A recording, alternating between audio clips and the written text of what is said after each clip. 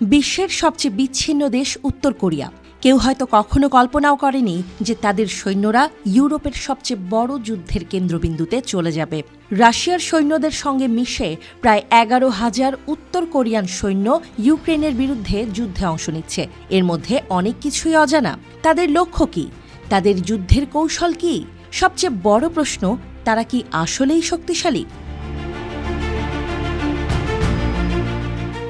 বিশেষজ্ঞরা প্রথম দিকে বলেছিলেন উত্তর কোরিয়ার সেনারা যুদ্ধের জন্য প্রস্তুত নয়, কিন্তু তাদের ধারণা কি সঠিক? ইউক্রেনের সীমান্তে কুর্স্কে যুদ্ধ করতে আসা এই সৈন্যদের সম্পর্কে আরও কি জানা গেল? কোনো চমক কি বিশ্বের জন্য অপেক্ষা করছে?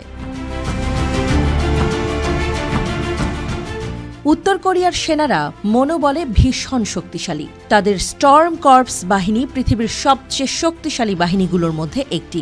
দক্ষিণ কোরিয়ার এক সাবেক জেনারেলের মতে এরা শুধু সৈন্যই নয়, তারা মানসিকভাবে প্রোগ্রাম করা যোদ্ধা। তাদের শৃঙ্খলা, অনুপ্রেরণা এবং প্রশিক্ষণ তাদের প্রতিপক্ষকে চমকে দিতে পারে। রাশিয়ার যুদ্ধে যোগ দিতে এই সৈন্যরা বিশেষ প্রশিক্ষণ নিয়েছে। তারা আর্টিলারি, ড্রোন যুদ্ধ, ট্রেঞ্চ ক্লিয়ারিং সবকিছু শিখেছে। পশ্চিমা বিশ্বের আধুনিক প্রযুক্তি তাদের ধ্বংস করতে পারে, কিন্তু তাদের মনোবল কি তা মোকাবেলা করতে সক্ষম? এদের নিছক যোদ্ধা ভাবলে ভুল হবে।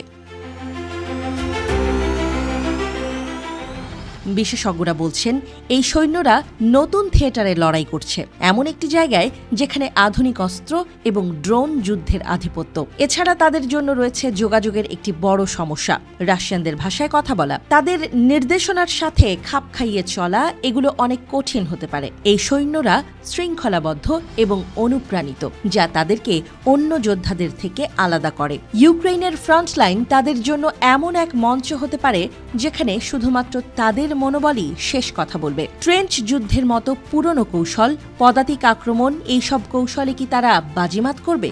এই সৈন্যরা যুদ্ধের ময়দান থেকে পালানোর জন্য প্রস্তুত নয়। এই সৈন্যদের নিয়ে বিশেষজ্ঞরা সতর্ক করেছেন, তাদের শক্তি এবং দক্ষতাকে অবমূল্যায়ন করা উচিত নয়। এই বাহিনীর সদস্যরা তাদের নেতা কিম জং উনের প্রতি গভীর আনুগত্যপূর্ণ।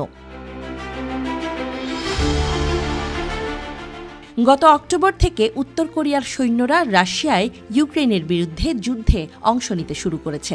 তাদের মধ্যে অনেকেই ইউক্রেনের সীমান্ত এলাকায় রাশিয়ান সৈন্যদের সাথে লড়াই করছে, বিশেষত কুর্স্ক অঞ্চলে।